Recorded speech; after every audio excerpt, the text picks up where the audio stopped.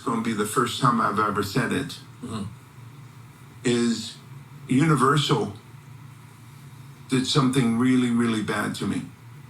Now, things were going really great for me. Ja Rule was exploding, Jay-Z was exploding, DMX was exploding. You know, it was all incredible. And I broke the Killers. I transformed myself from the rap guy to all of a sudden to other types of music, the entrepreneurialism of rap music. I introduced to the rest of suddenly we went from the last place to the #1 record company in the country, and I was good money. But I got harpooned because 2 of Ja Rule's original members went to jail. Oh yeah, because you saw Cash Money Click, right? And then they came back. And they were on TBT Records. And so what's his name? Steve Blunt? Steve Gottlieb. Gottlieb. No. So this is a really tough story for me. TBT. Okay. So these 2 guys come back from jail and say to Ja Rule, yo, let's do a Cash Money.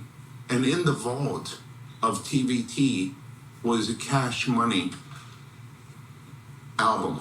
Yeah. And so Irv and Ja really didn't want to do that. Their career is going like crazy, boom, boom, boom, boom. So they made me tell Steve Gottlieb that I'm not actually going to do this.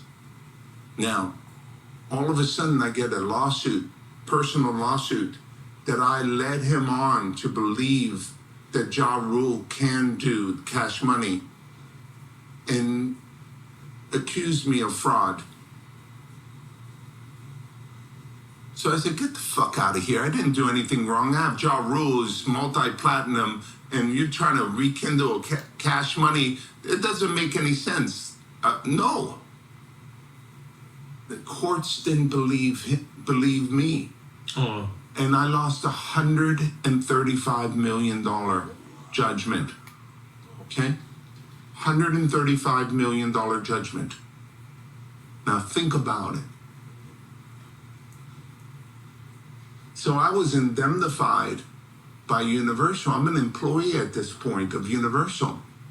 Like, can you imagine if I gave Ja Rule, go ahead to another independent company, multi-platinum Ja Rule, go ahead and do this Cash Money side project, I'll be fired. Right. So I thought I did the right thing for the company, for the artist, everything. So I went, now I'm embarrassed. Imagine, they called me a fraudster. I'm in the paper, the whole 9. Lost $135 million. Now, in order to get a retrial, you have to post a bond for $60 million. Jeez. So I went to Universal and said, you know, you're on the hook for $135 million. Let's post a bond and get a retrial because this went off the rails. Right. And they balked. The people I gave my company to, the blood, sweat, and tears that I gave that company, they balked on the $60 million bond that would allow them to retry the case, that they were on the hook for $135 million. At that moment, I realized these people got me out here like crazy. Now, put up the 60 milli, went to retrial, threw the case out. Finally, they said, this is absolutely crazy. Steve Gottlieb already spent tens and tens of millions of those dollars, and court got thrown out, completely reversed. I was clear. Universal saved $135 million, but I could never forgive them. Right. And that's why I left my company. In fact, I actually turned down Edgar.